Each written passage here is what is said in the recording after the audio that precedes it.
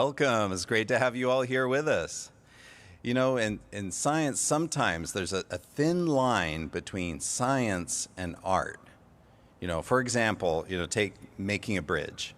A good engineer is going to make the bridge safe, but a great engineer is going to make it safe and beautiful, right? Artistic. So I've decided to adopt the title Lego Artist.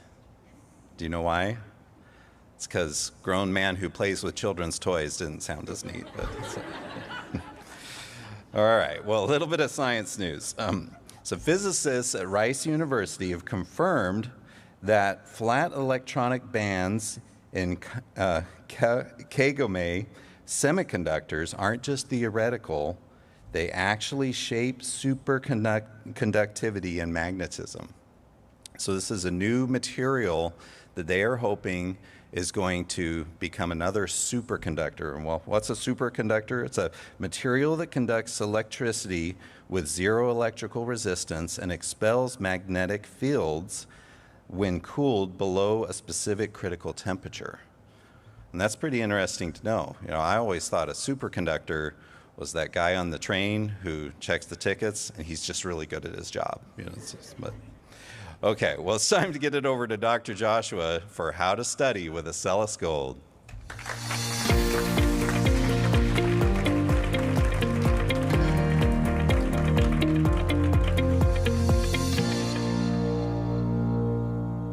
We have some exciting news today about Acellus World. This last July, we held the initial event of Acellus World, and we had families travel from all over the country and even from around the world to be at this event. And so there were a lot of exciting hands-on sessions and activities. And before we get into the news, I want to show you a quick peek at the event from this year. Take a look.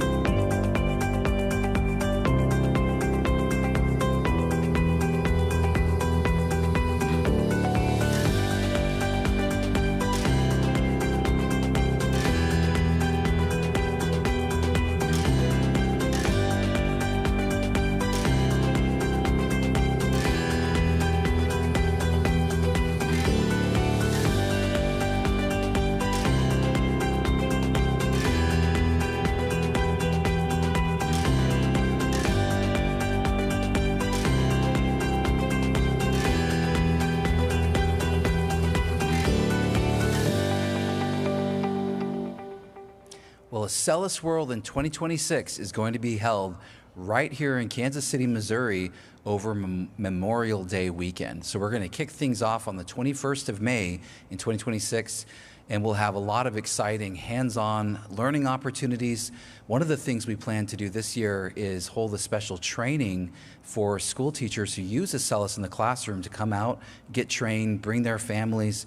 And then on Saturday and on Sunday, we're planning to hold 2 commencement ceremonies. So that'll give families an opportunity to come out and graduate and be, instead of doing smaller sessions like we did last year, we'd like to allow you to come out and travel for the Acellus World activities, but then graduate as part of that. So you could plan to graduate on the Saturday session or on the Sunday session. But there will be a lot of exciting things to look forward to and enjoy. So check it out at acellus.com/world. You can book your tickets there, and we can't wait to see you in Kansas City in May. Thank you.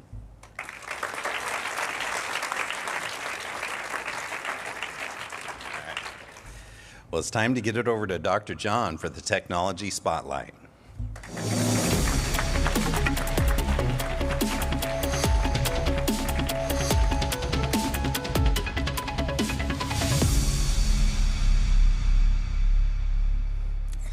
Do you know what I don't like? I don't like passwords. You probably already heard me say this, and some of you might even remember my joke about passwords. Remember? Passwords are like underwear. It's really bad if you forget them. right? That's a little different than last time.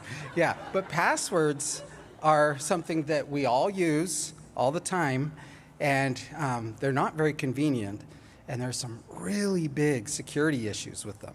So, here's an example of my pad where I write down passwords that I changed. Some of them aren't very good passwords. And it turns out that it's really common for people to choose passwords like these. And it's really common for them to write down the password if it's a hard one. And, that's not good because then someone can just read it, right? I want to show you a list of the 20 most common passwords. These are passwords that are around. If any of these are your password, change it, okay? Right away. But what happened was a lot of passwords get stolen every year, and they have these huge databases of username and passwords that have been stolen. And people took those and counted how often people use certain passwords. And that's how we got this list. And people really do use password as their password. Yeah. How did they know? And so it's really important to make sure you choose a good password. But then again, it's important that you remember the password. And so then we have this problem, well, how complex do we make it? I'm sure pretty much everyone has had the experience where you're trying to sign up on a website and you put in your password and it tells you that it's not complex enough, and so or long enough, so you make it longer, and then it says, oh, you didn't use a capital letter, so you change it again, and then, oh, you didn't use a number, right, or something, and then finally, a few days later, you come back and you can't remember which one you finally used. And so it's a real challenge. But that's not the problem with passwords. That's just the annoying part. The real problem is the security issue, and I want to show you this because it's a really big deal, and there's some amazing technology that's been sneaking up on us that's changing things a lot. So here is a little diagram. Let's pretend that that guy with the little purple tie is you. Nice tie, by the way. And you go on your computer or on your smartphone and you go to a website. That's that web application over there, and they make you create an account. That's really common. You put in your username, and you have to choose a password. You come up with something really complex and hard that no one's used before, hopefully, and you sign in to the website. So now you can keep your valuable information there. Maybe even it's a bank, and you keep your money there where you can access information about it and transfer that money and stuff like that. But then the bad situation comes. The man in the middle. And what happens is you go to your website, but maybe the URL is just a little bit different. Maybe they send you an email, click here to come back to the website, and you click there, and really it goes through the man in the middle. Welcome to your website. Not really. And you think it is, it looks the same, and so you put in your username and password, and it goes to the man in the middle. And then he turns around and signs into the website as you, and he has access to all your information. And a lot of us are thinking that, that doesn't happen to us because, we wouldn't do that. But you'd be surprised how many different kinds of attacks, they call them phishing attacks and things like that, where, for example, you get an email and it looks legitimate. And they say, you need to check on a few things, click here, and you go to the wrong website. And in fact, I am way luckier than I look, because the other day I won a cruise to Jamaica. Yeah, I got a call from Jamaica, and the guy told me he had a really strong Jamaican accent. Yeah, man. And he was telling me that I had won a cruise, and all I had to do was give him my bank information, and then I'd be all set. And I started laughing out loud, and he got nervous and hung up. But so that didn't go so well. So that wasn't a very good example, but there are some very sophisticated examples like that where the attacker convinces you. Maybe you get a message saying that your account's been compromised, and respond to this, and you respond, and someone calls you, and they're really, they sound really legitimate, like they're from the support. And they try to walk you through it, and, all right, tell me your password so I can help you. And then they're into your account. And this happens all the time. And that's called social engineering, where they're tricking the person into giving the information. So what do you do about that? Even if you have a really long, strong password, or maybe even you use phone verification, well, they can just have you tell them the verification code that you got. And so we're back where we started. So this is the problem with passwords. And it's a really, really big problem. But there's something new that maybe some of you have seen before. And here's an example, signing into a place some of us have been before. And you'll notice there's a normal password field where you can type in your password, but there's another button down below. And it says to sign in with passkey. Passkey is the new thing that's kind of like a password, but instead of a word, it's a key. And then if you hit that, then you see something like this if you're on Safari, and you can use your little Touch ID button and sign in. And it's a completely different way than using a password. And if you see that option to be able to create a passkey, definitely do it, because you are much, much safer from those man-in-the-middle attacks. If you think about a key, let's say that you had a key to your house and they tricked you and made you go to the wrong house and you thought it was your house. But your key isn't going to work in that door, is it? And that's how passkeys are. If that man in the middle gives you the pretend website that looks like the real one and you try to sign in, your passkey won't work there. Something's wrong, something's wrong. And it's because they have that protection. The passkey only works with where it's from. Now, this is a really big deal because it doesn't just make it easier. We don't have to remember all those passwords, but it makes it safer at the same time. So we get easier and safer.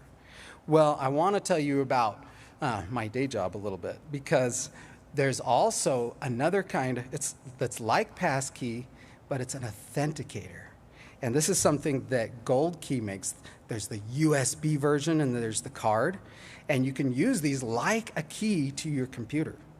And they work in the same way. And they are so much more secure than username and password.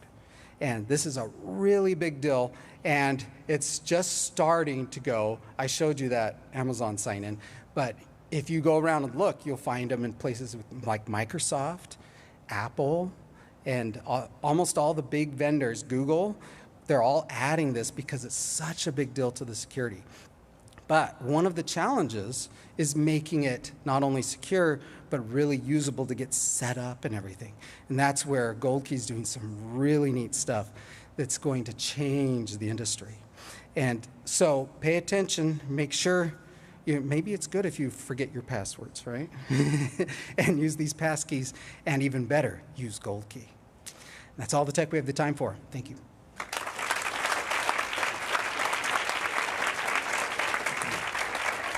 All right. Now it's time for Breakthrough Moments in Science with Tobias.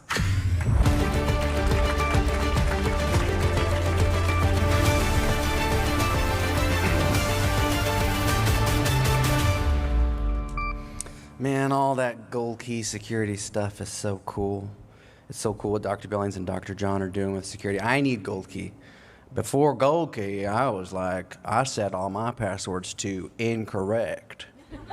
Because then when I forget and I enter the wrong password, my computer's like, your password is incorrect.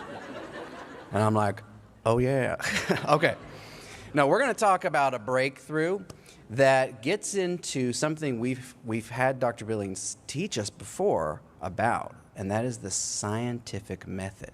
Now, of course, the scientific method where you observe, you question, then you hypothesize, so you come up with a guess of what the answer to your question is. Then you do experiments to test that hypothesis.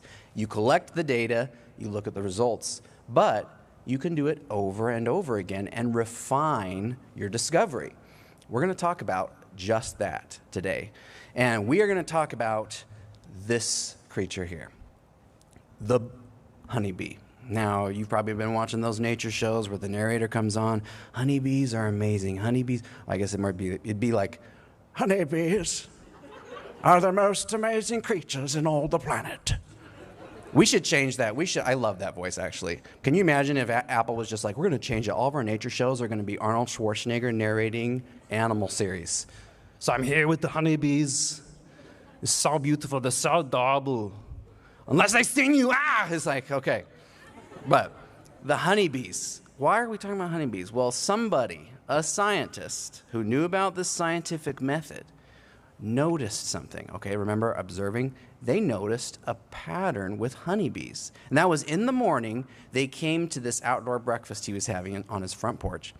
And they noticed he was having some sweets, and they were looking around. He was kind of shooing away.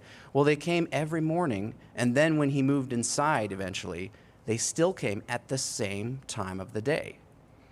And that might not mean anything to you, but he went, wait a minute. Can they keep track of time? Like, can honeybees tell what time it is? Nah, but it might be like, why would you even think that, right? Well, he thought that. And him and other scientists started thinking of how could you make an experiment using the scientific method to determine if honeybees can keep track of time. So you know what they did? They had a honeybee hive, and they put out sugar water near the hive at a certain time. It's 4 p.m., so they put it out. The honeybees found it quickly, and if you know honeybees, if one finds it, they go home and they tell everyone with this dance. We don't really know all the ways they tell it, but then all the bees watch that dance, and they all go to that spot, and they all went to the sugar water at 4 p.m. Well, he did it every day, or they did it, because one of the lead scientists was a she, actually. They did it every day, and then they stopped doing it. And the honeybees still came at 4 p.m. So they did their experiment, they collected data. You could say the honeybees knew at 4 every day to come, but even though no one came out and did it, they still knew to come over and look for the sugar water. But then they noticed something really interesting, a clue. And they started to test doing it in different intervals, and they found honeybees could only keep track of the time if it was on a 24-hour cycle. So if they put it out every 10 hours, or every 19 hours, or every 48 hours, the bees didn't follow. But as long as it was in a 24-hour cycle, the bees would come out. Now, some people immediately said, aha, that proves the bees don't actually have a built-in clock. They're just using something with the passing of the day to know what time it is. Like maybe they just look at the sun. Oh, look at the sun, it's time to go. We go get the sugar water. So now we need to do a new experiment to prove that it's not an external factor telling them what time it is. So if it's the sun saying it's 4 p.m., how can we change that? So they moved the hive into a warehouse building where they could control the lights, okay? So they have these lights, they're gonna control it. They dim it way dimmer than 4 p.m. should be, and they leave it like that. Well, guess what? At 4 p.m., the bees left the hive, time for the sugar water, looking for the sugar water. And they had no sense of the sunlight. And then, of course, some people were like, well, what if it's not the sunlight? What if it's something else with the sun? Like, what if it's maybe the cosmic rays, like radiation that come through the walls? Maybe it's the pressure change. And so they did another experiment. They took the hive, these poor bees, and they're like, what is going on? They took the hive to a salt mine deep, deep in the earth where the sun's rays could not get to. The pressure change was not consistent with up top on the the surface of the planet. And the bees still left at 4 p.m. to look for the sugar water. And finally, somebody was like, okay, well, it's probably then gravity. The gravity of the sun, the position of the sun with the rotation of the earth. So I'll bet if you took them around the planet, it'd throw them off. So they decided, we're going to do this. These bees, they're troopers. They do an experiment where they have the bees in Paris, and they train the bees. 9 o'clock is the time to come out for the sugar water, okay? Then they load the bees up after they're trained, and they fly them to New York City. Now, if the bees have been messed up by the positioning of the sun and everything, they should come out when the sun is in the same spot as it is in Paris, so they should match the time. So 9 o'clock here, they should come out 9 o'clock here. Well, they don't come out at 9 o'clock. They come out at like around 3 or 4, which happens to be 9 o'clock in Paris still. And they were jet lagged, basically. And they actually were able to keep track of the passage of 24 hours through, we don't really know what. But what they did was they did a process of elimination of what factors could be telling the bees what time it was. And basically the theory that many of the scientists have is that they must have some circadian clock that's built in telling them the passage of the time that has passed, and they can keep it internally ticking. Or there's something we don't know about. But all this through the scientific method. So use the scientific method, collect your data, make your observations, and then do it over and over again. And your discoveries just might be amazing. Thank you.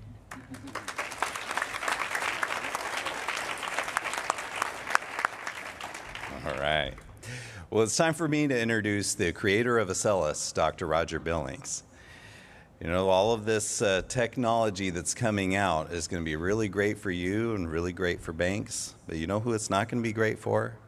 That's right, the bank robbers. You know, think of the Jesse James out there that are just not going to be able to do what they used to do. You know, it kind of reminds me, you know, trying to hack one of Dr. Billings' systems is kind of like that time I decided I was going to punch through a brick wall. Yeah, it didn't work out very good for me either. Please welcome Dr. Roger Billings.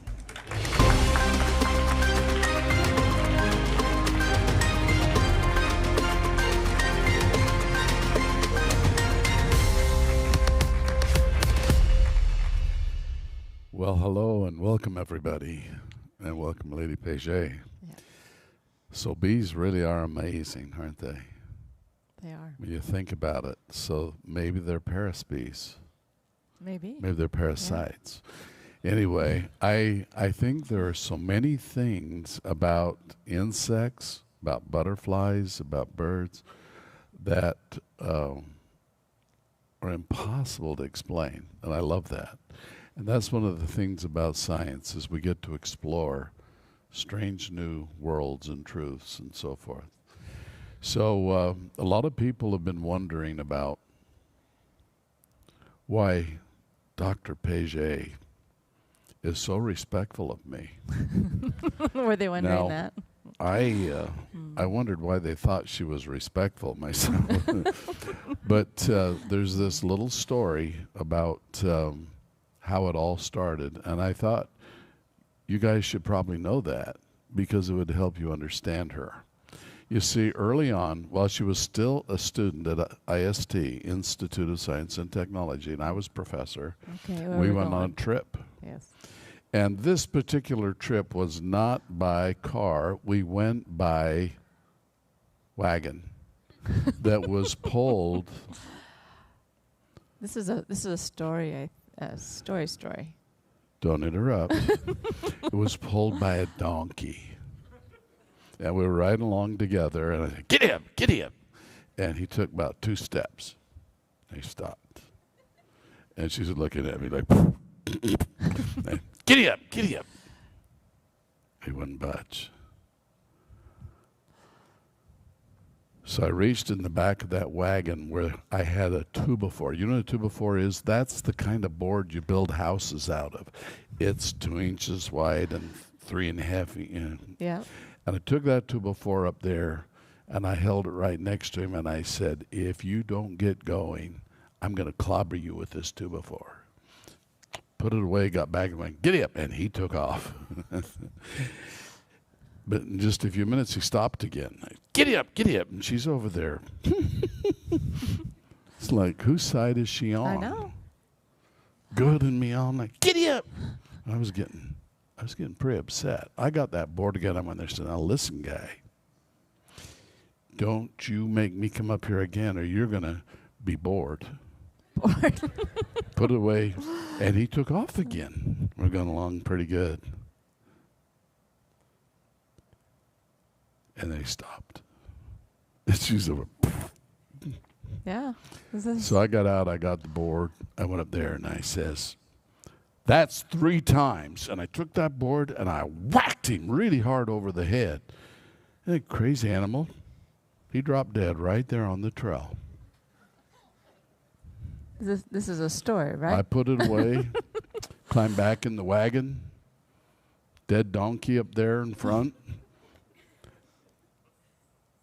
And she let me have it. She said, "What did you do that for? That's crazy. Now we're stuck here. We'll never get out of here." And I said, "That's once." Whoop. Since then, everything's been good. This is how we started. It's called Not. teaching how to count. Mm-hmm. Okay, kids, that was just a story.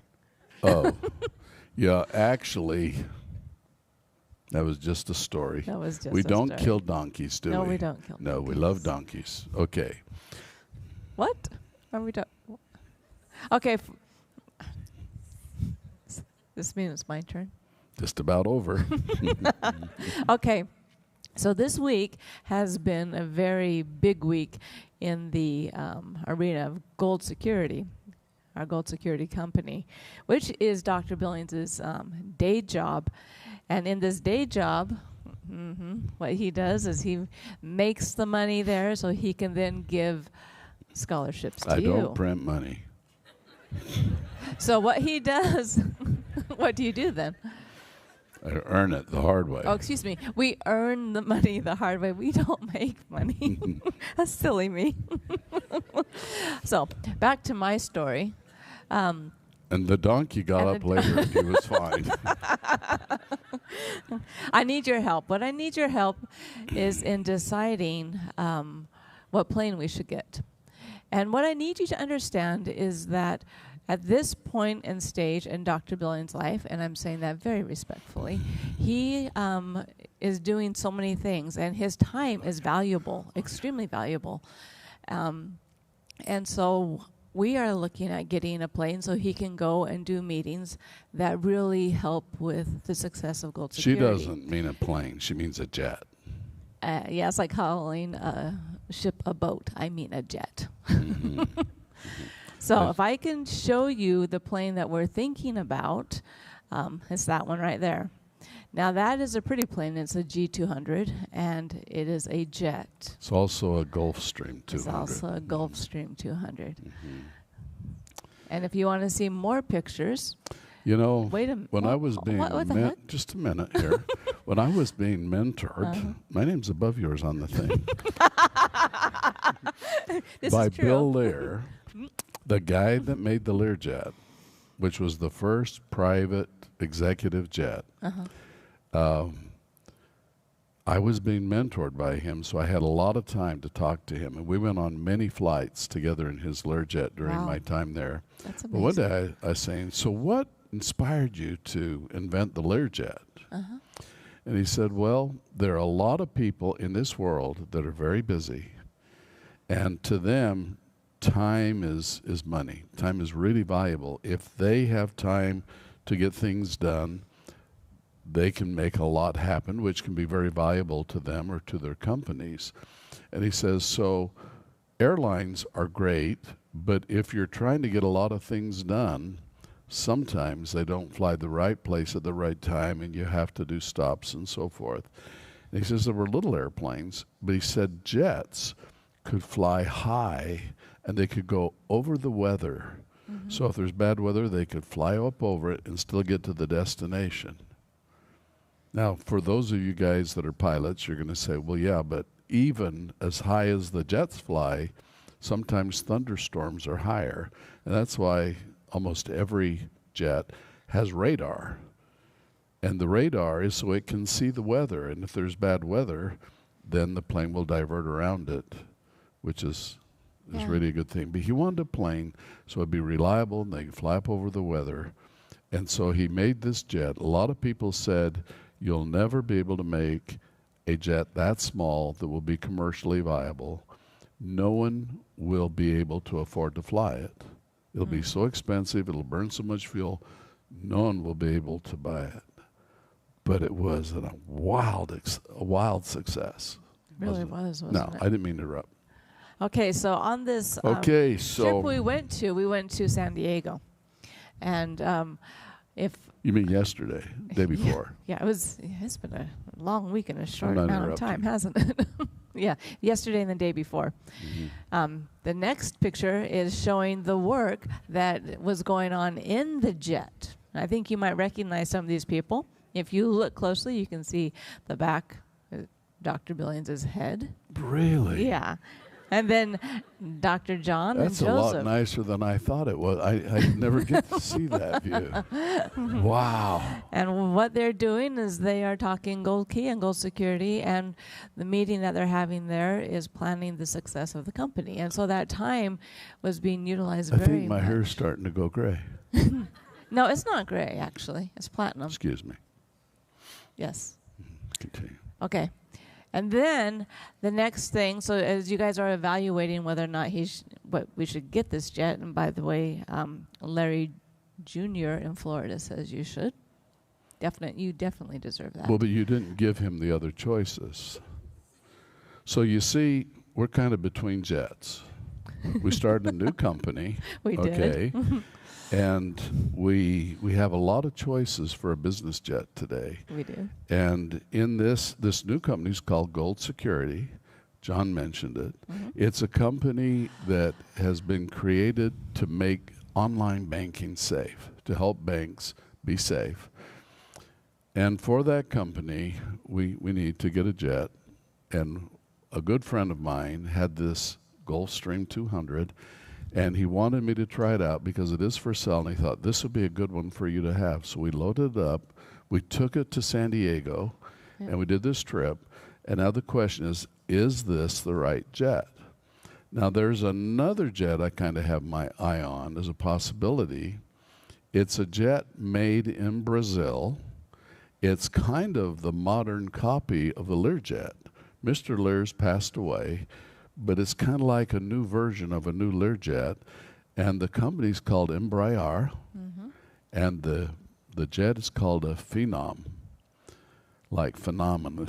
Yep. And the Phenomenal. one that I kind of have my eye on is the Phenom 300E. So if anybody's into jets, you ought to look that one up.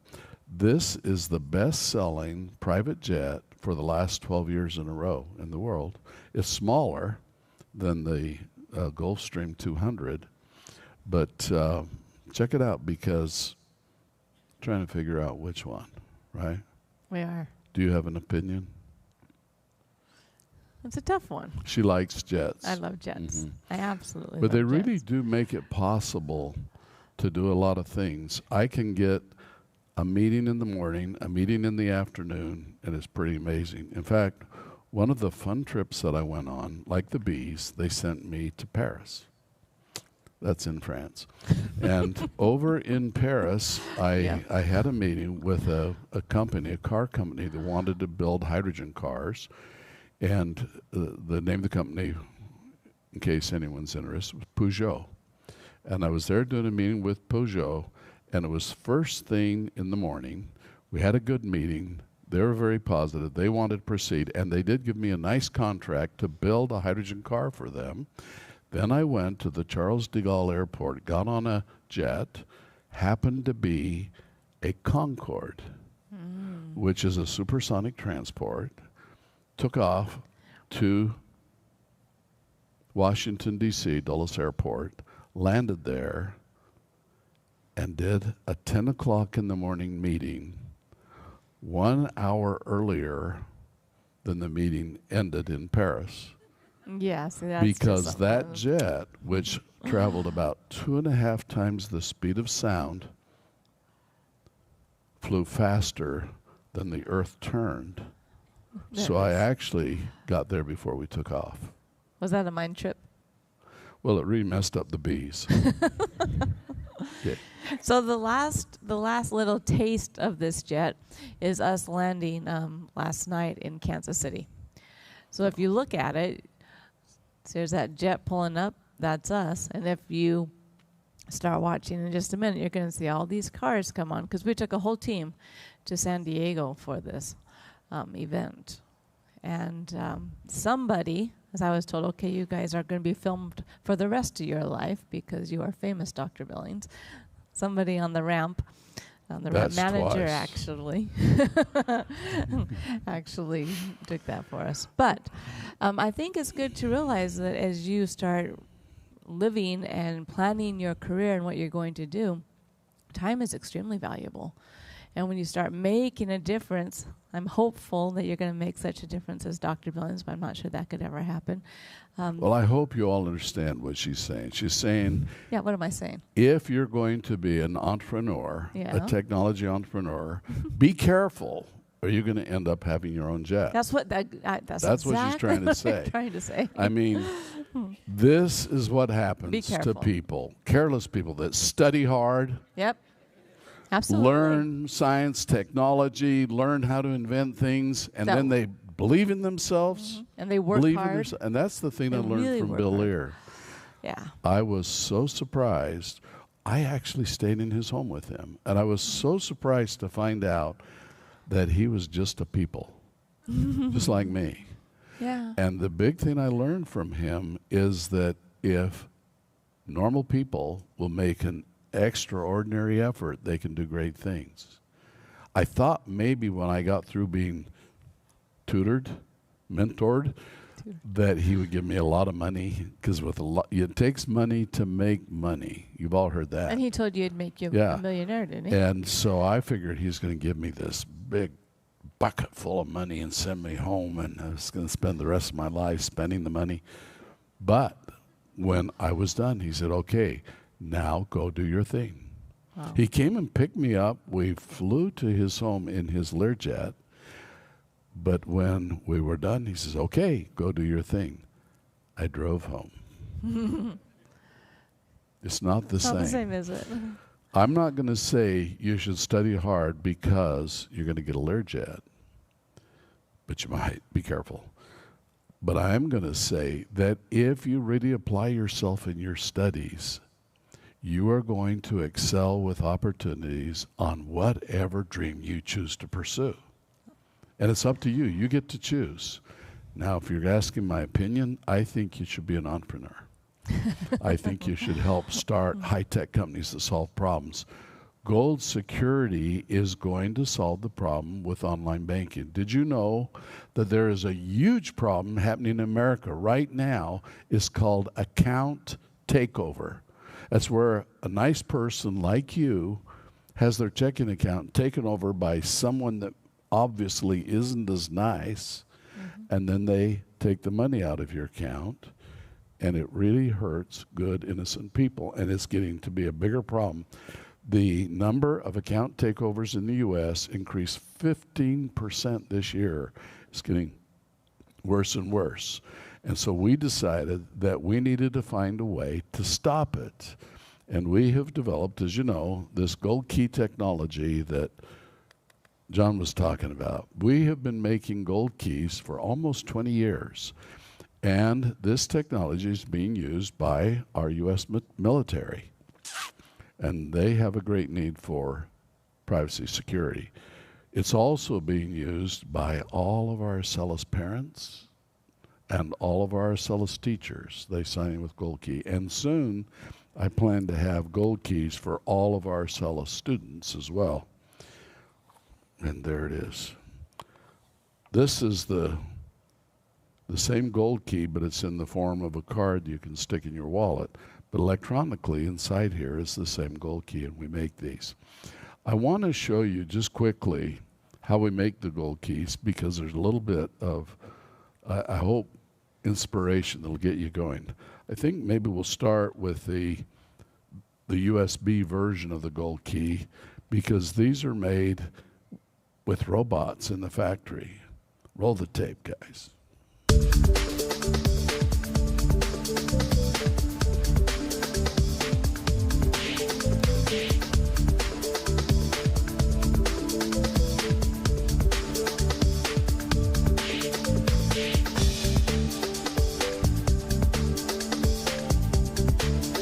Right, now that machine prints solder paste on a circuit board. And now these machines are picking up little tiny resistors and transistors, and electronic parts, and putting them on a circuit board. They come on those rolls, like 1,000 to 10,000 parts on a roll, and these robots pull them off and stick them on one at a time, and then they go into an oven, and it melts the solder paste and solders a whole board all at once. And these machines are tremendous time savers. And we have these right here at ISD. And there they are, working away. We make a lot of other products too in this same factory, a lot of things that relate to Acela. So here's circuit boards, and these are the military version of the GoldKeys, which are not the new ones we're using for the bank. You notice this robot is epoxying them, and we make thousands and thousands of these. Here they are in test. But I want to show you some of the other products that we also make here. This is a high-performance networking board that is used in the network. And here are some servers that we use to keep track of your lessons and to provide you the videos and things that you see. Here's some of the Acela's computers that we provide to students. Some of you have these, some of you have the gold books, and all these are made right here in Missouri. I really believe in manufacturing. I love to manufacture things in the U.S. So this goes on and on and on. I'm going to cut it right there because I want to move on to the next one, run short on time. And I want to show you how we make the credit card version. Now we mold the chip with an antenna on here. These need power to run. And in a near-field device like this, the power comes by putting it near a reader.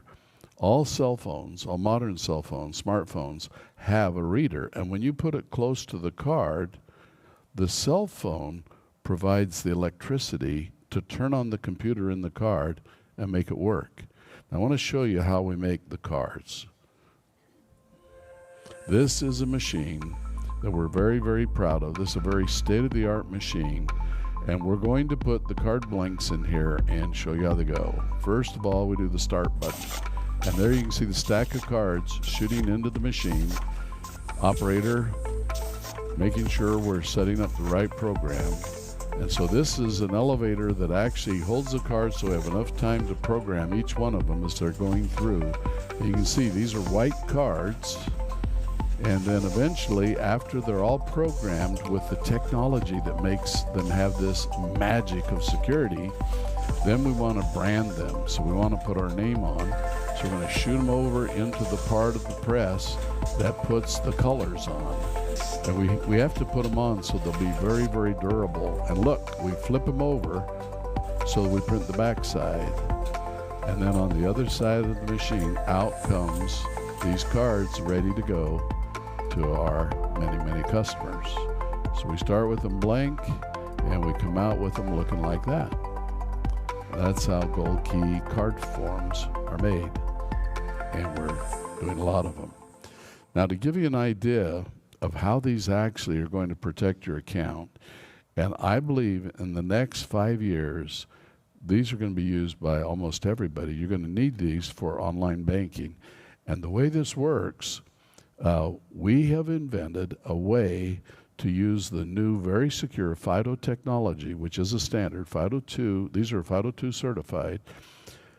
But that technology has some real limitations, and it's very hard for users to use. So it hasn't caught on very fast, even though it's very secure.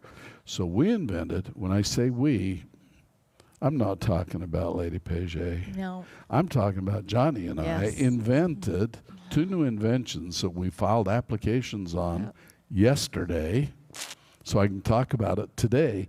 But these new inventions make it possible for this card to sign you into all of the websites that are set up, register with this process. So there's like about 6,500 websites right now that are FIDO ready.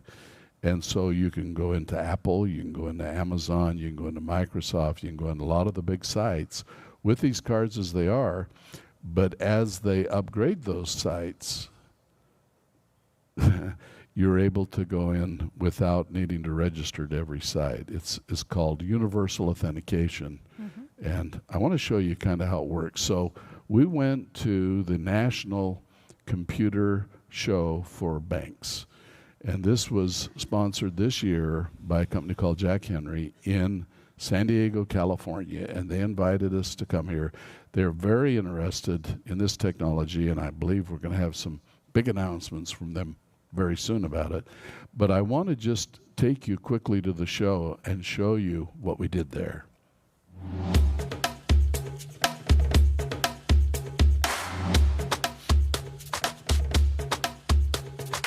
That was me. So here we are at the National Banking Conference in San Diego, California. And banks have gathered here from all over the United States and even internationally to learn how to improve their security. Come on, I'll take you over to the exhibit of the Gold Bank solution. All right, if you look right over there, you can see the exhibit for Gold Security Corporation. That turns out to be my brand new company. And come on, I'll show you what we're showing them.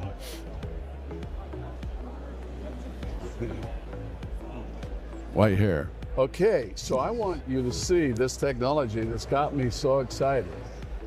We have here a product called a GoldKey. These are manufactured in Missouri by Sullis School graduates. And I'd like David to show us how he can use this GoldKey to sign into his bank account. David? All right, so here we go. Click the sign in with GoldKey button. Put in the PIN. That's it. Yeah. And it's because you have your GoldKey inserted into a USB slot. Yeah. What if you don't have a USB key? Or if you have a computer that doesn't even have a hole for a USB key? Can you sign in with one of these wallet cards that also has a GoldKey in it? Yeah, so this device doesn't come with card reader built in. You know, you can get a USB one, but watch this. This is actually really cool. If I go ahead and do this, one of the options here is to verify with a GoldKey card on my smartphone. So if I click that.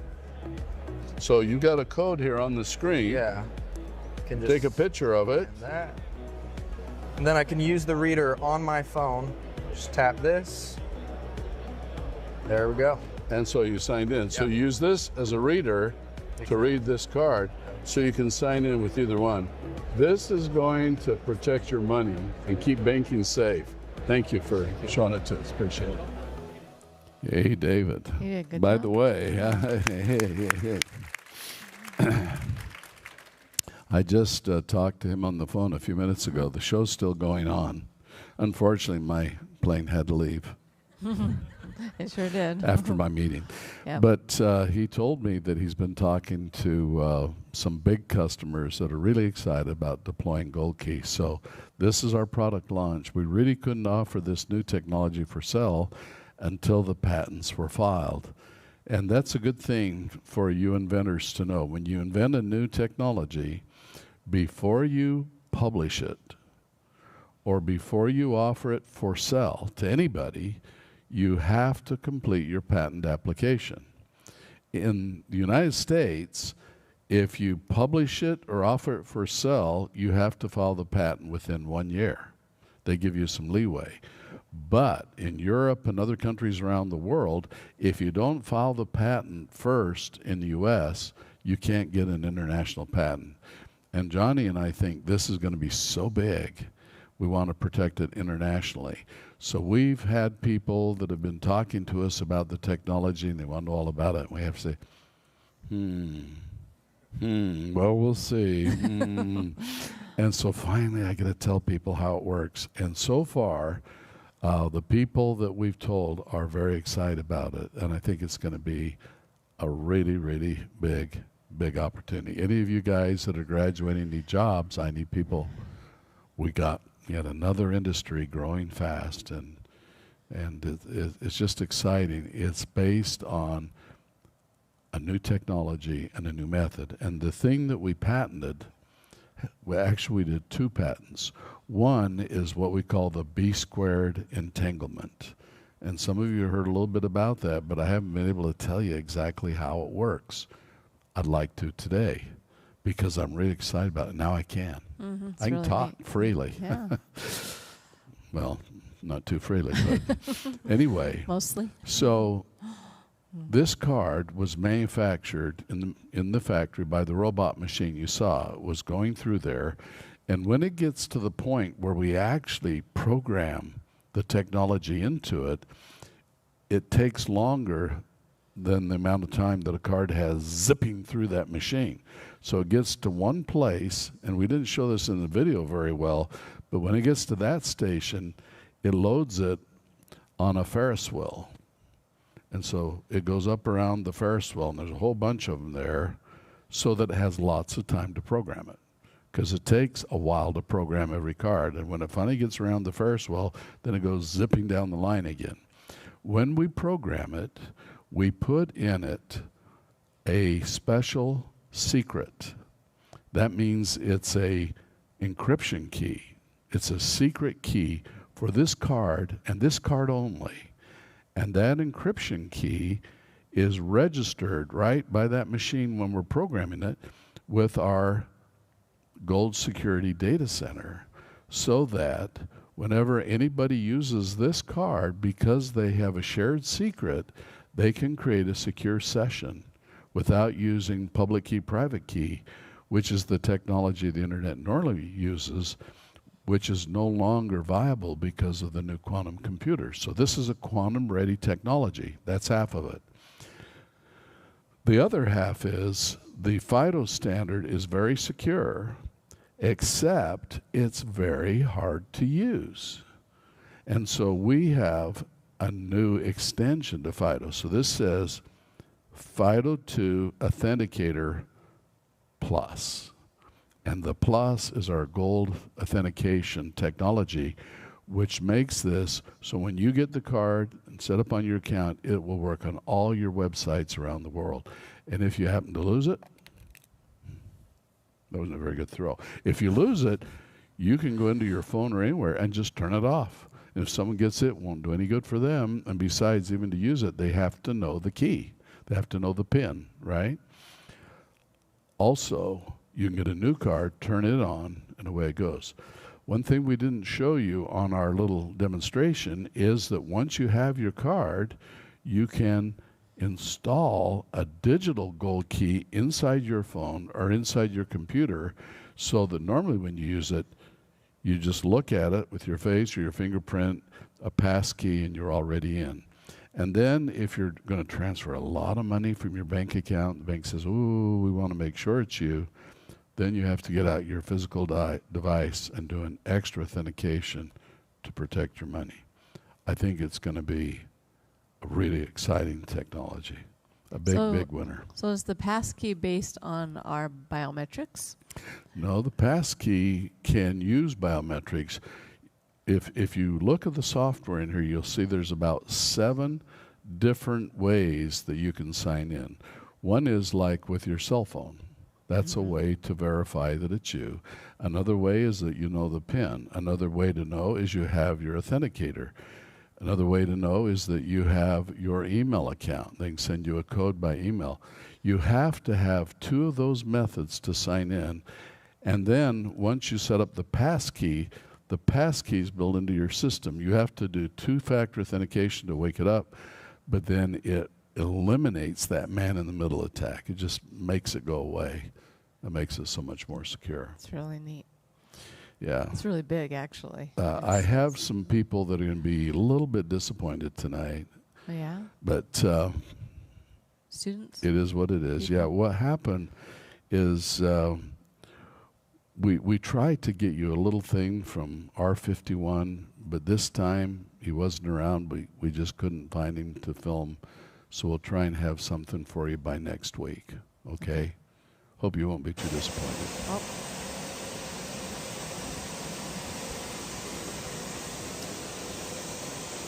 Oh, there we are unloading in San Diego. There's the crew. If you look, you can probably recognize Lady Paget. How about that? Oh, music sounds like, yeah. He's a stowaway.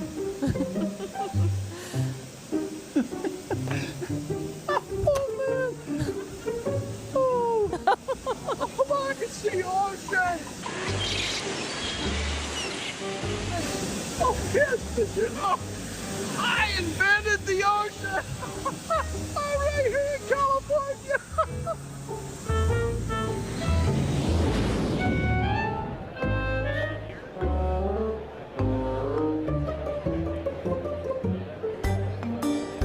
Oh my.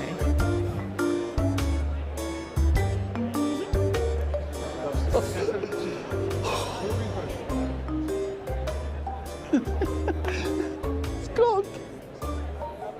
Look at this. It's a computer. I know all about it. And this is the key to the computer. With this computer, you can just do amazing things. Watch this. Watch this. Oh no. I gotta go. Yeah, well, he made All it, right. didn't he? Well, I hope you're all studying very hard and you're getting good grades. Those of you that are in the honors mode, so proud of you. Those that aren't yet, well, maybe sometime you ought to consider it. Study hard. It's going to make your future so much more exciting. We'll see you next time. Bye.